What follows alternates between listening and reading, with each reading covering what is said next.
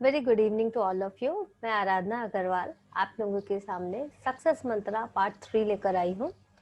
आपने पहले पार्ट में जाना कैसे आईक्यू और इमोशनल इंटेलिजेंस दोनों ही जरूरी होते हैं सक्सेस पाने के लिए। फिर आपने ये देखा आईक्यू में अगर हमारी आईक्यू हायर है तो क्या क्या क्वालिटीज हमें आती है, और अगर हमारे इमोशनल इंटेलिजेंस हाई है तो हम किस एबिलिटीज को हम प्राप्त करते हैं। पार्ट 2 में आपने जाना कैसे थॉट्स फीलिंग्स बिहेवियर का एक रिलेशनशिप होता है, कैसे हम एक इमोशनल बीइंग है, कैसे हमें इमोशंस को अगर कंट्रोल ना करें तो कैसे ये हमारे लिए परेशानी खड़ी करती है। चलिए देखते हैं पार्ट 3 में क्या है।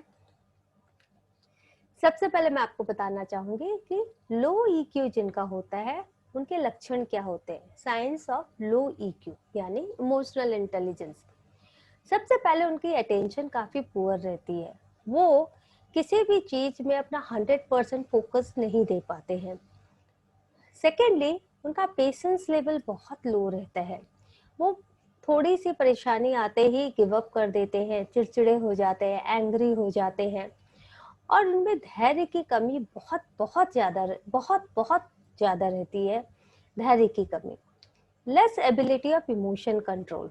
उनमें अपने इमोशंस को कंट्रोल करने की एबिलिटी कम होती है, क्योंकि एक तो वो अपने इमोशंस को पहचान नहीं पाते, और दूसरा वो इमोशंस को चूंकि पहचान नहीं पाते तो रेगुलेट नहीं कर पाते, कंट्रोल नहीं कर पाते।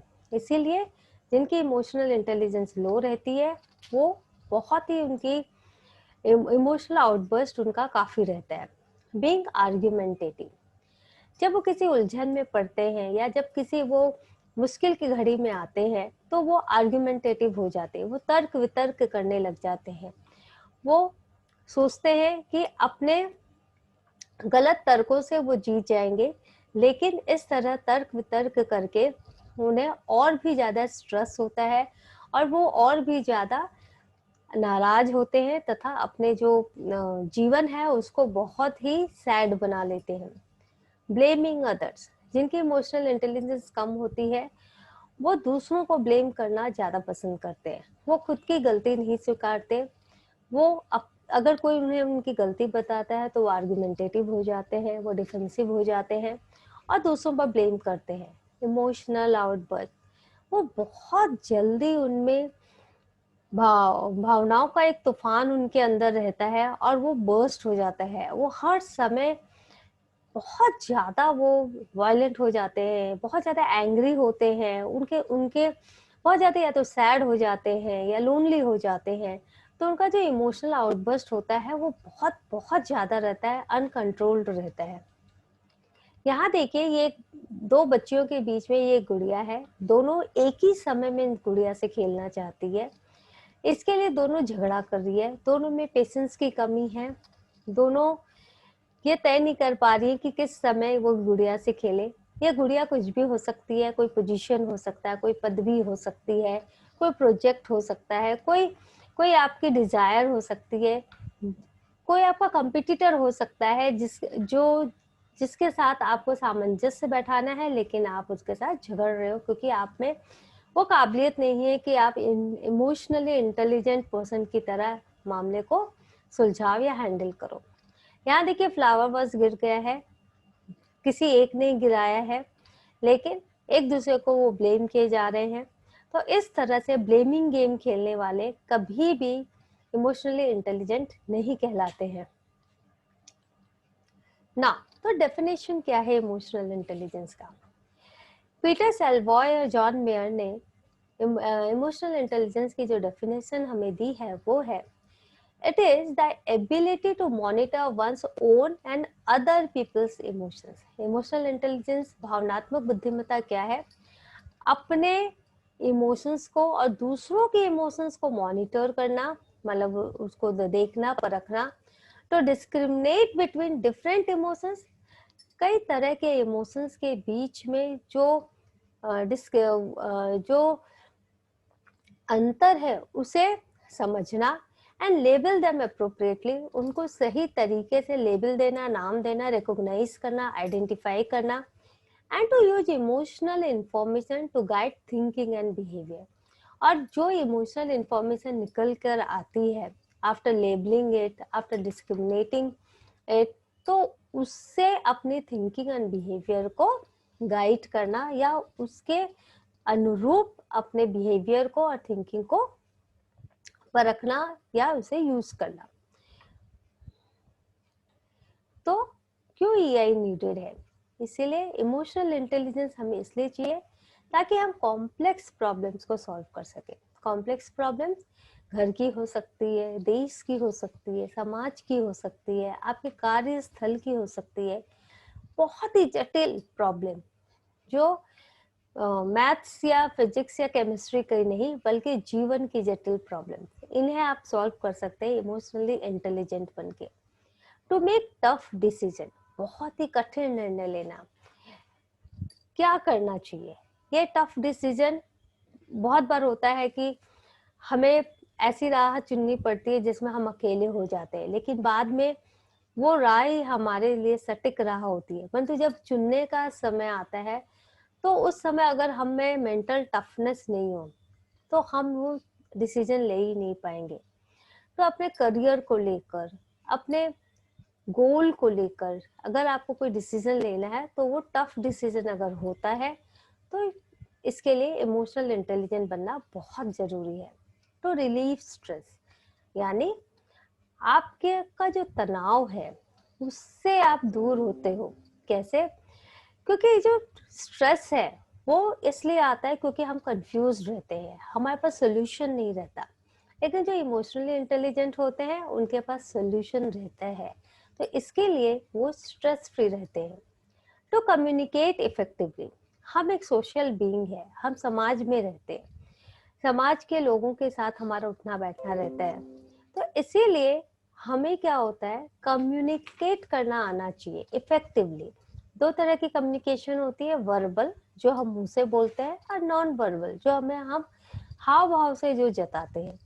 तो जो इमोशनली इंटेलिजेंट लोग रहते हैं वो दोनों प्रकार की कम्युनिकेशन में काफी माहिर होते हैं। तो डिफ्यूज कॉन्फ्लिक्ट बहुत बार होता है, आप अगर टीम लीडर हैं, आप अगर घर के मुखिया हैं, आप अगर किसी ग्रुप को किसी ऑर्गेनाइजेशन के आप मुख्य प्रमुख हैं, तो बहुत बार आपने देखा होगा कि सदस्यों के बीच में कॉन्फ्लिक्ट हो जाता है क्योंकि हर सदस्य डिफरेंट मानसिकता को लेकर आता है, उसकी डिफरेंट सोच रहती है। तो जो इमोशनली इंटेलिजेंट पर्सन है वो इस कॉन्फ्लिक्ट को दूर कर सकता है। टू मेंटेन रिलेशनशिप, जब आप कॉन्फ्लिक्ट दूर करना सीख जाते हैं, जब आप कम्युनिकेट अच्छे से करना सीख जाते हैं, जब आप टफ डिसीजंस लेने की आप में काबिलियत आ जाती है और जब आप कॉम्प्लेक्स प्रॉब्लम्स के सॉल्यूशंस निकाल लेते हैं, तो निश्चित रूप से आपके रिलेशनशिप दूसरों के साथ बहुत ही मधुर आत्मीय बनते हैं। यहाँ देखिए इमोशनल इंटेलिजेंस के ये 5 एलिमेंट है। फर्स्ट इज सेल्फ अवेयरनेस, खुद को समझो। फिर इज सेल्फ रेगुलेट, खुद को रेगुलेट करो, खुद को कंट्रोल करो। सोशल स्किल्स, जो सामाजिक जो जीवन होता है हमारा, उसमें हम कैसे अपने आप को बहुत ही काबिलियत के साथ हम अपने आप को प्रस्तुत कर सके, वो सोशल स्किल होते हैं। एम्पैथी, लोगों के साथ सिंपैथी दिखाना, दया भाव दिखाना और उनके प्रॉब्लम्स का सोल्यूशन लाना, उसी को एम्पैथी कहते हैं, सौहार्दपूर्ण वातावरण बना के रखना। मोटिवेशन, आप जब अपने को जानते हो, अपने अपने इमोशंस को रेगुलेट कर पाते हो, सोशल स्किल आपको आती है, आप एम्पैथेटिक हो, तो निश्चित रूप से आप खुद को भी मोटिवेट कर पाओगे और दूसरों को भी मोटिवेट कर पाओगे। इमोशनल इंटेलिजेंस हमें इन ही 5 चीजों में माहिर बनाता है। ना सेल्फ अवेयरनेस, सेल्फ अवेयरनेस है क्या? रिकॉग्नाइजिंग एंड नेमिंग इमोशंस, अपने इमोशंस को रिकॉग्नाइज करना, उसे जानना, पहचानना और उसका नाम देना। ये नर्वसनेस है, ये पैनिक है, कि फोबिया है, ये एक्सेप्टेंस है, कि ये ट्रस्ट है, ये सेल्फ पिटी है, कि डिजेक्शन है। तो इस तरह से जब आपने अपने इमोशंस को रिकॉग्नाइज करके नाम देते हो तो बहुत ही आसान हो जाता है कि अपने आप को कंट्रोल में लाना, अपने बिहेवियर को कंट्रोल में लाना, अपने लाइफ को कंट्रोल में करना।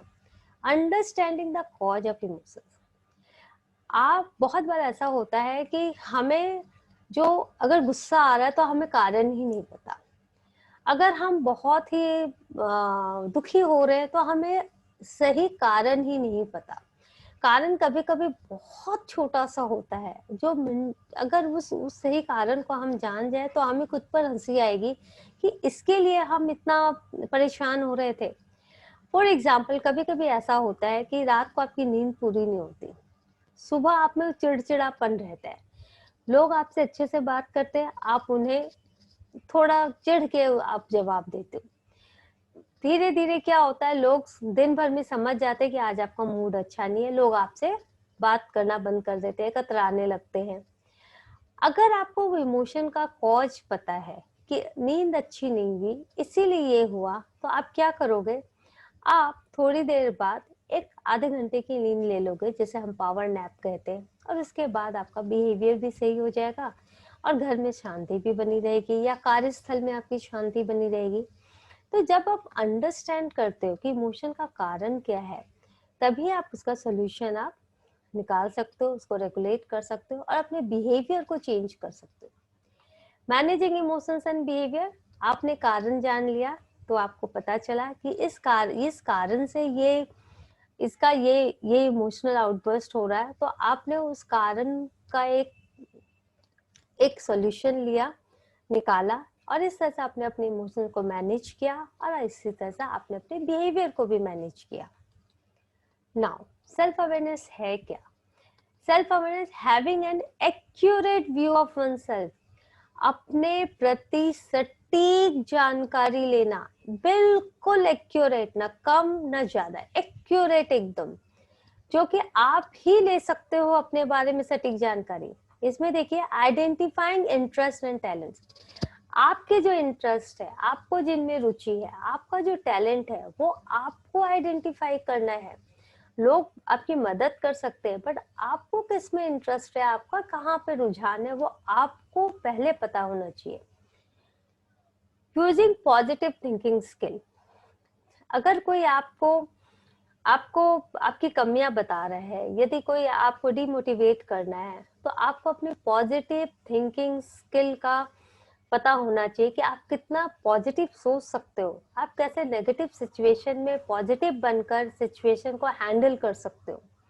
Developing confidence and self love, जब आप पॉजिटिव थिंकिंग आप सीख जाओगे, पॉजिटिव थिंकिंग आपके अंदर आ जाएगी, तो निश्चित रूप से आप कॉन्फिडेंस डेवलप कर लोगे और आप स्वयं से प्यार करोगे। Self love is the best love.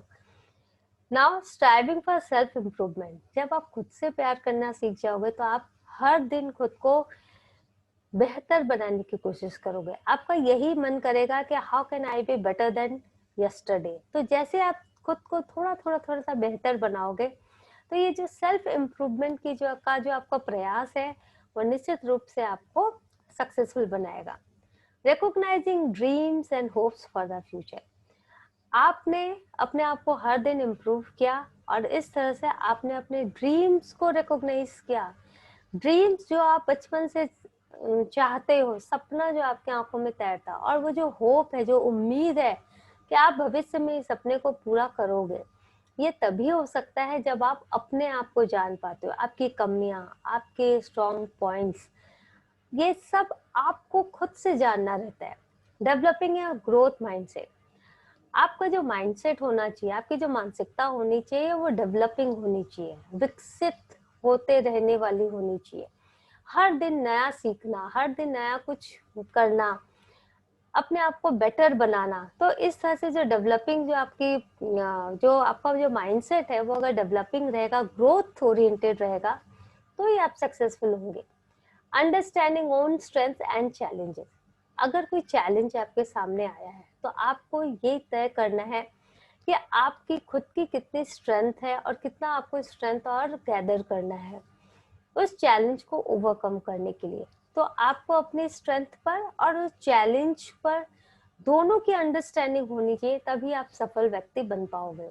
Recognising own thoughts and feeling, और सबसे महत्वपूर्ण, अपने थॉट्स को, अपने विचारों को अगर आप समझ पाते हैं, अपने फीलिंग्स को अगर समझ पाते हैं, तो आप निश्चित रूप से सफलता के पथ पर आप चल सकते हो। क्यों? क्योंकि आप खुद को जानते हो। आप ये कह सकते हो, हाँ ये मैं हूँ, दैट्स मी, और कोई नहीं, ये मैं हूँ, ये मेरे इंटरेस्ट है, मेरे टैलेंट है, मेरा कॉन्फिडेंस है, ये मेरे सपने हैं, मैं इस सपने को पूरा करने के लिए मुझ में ये स्ट्रेंथ है, जो भी चैलेंजेस आएंगे मैं खुद से उसे ओवरकम कर सकता हूँ, क्योंकि ये मेरा ये मेरा जीवन है और ये मैं हूँ। तो आज का सेशन यही खत्म करती हूँ। नेक्स्ट सेशन में हम बाकी के एलिमेंट्स की बात करेंगे। उम्मीद है सेशन आपको अच्छा लगा होगा। कृपया हमारे मेरे चैनल को सब्सक्राइब कीजिए ताकि कोई भी पार्ट आपसे छूटे नहीं। अपना समय देने के लिए धन्यवाद। Thank you.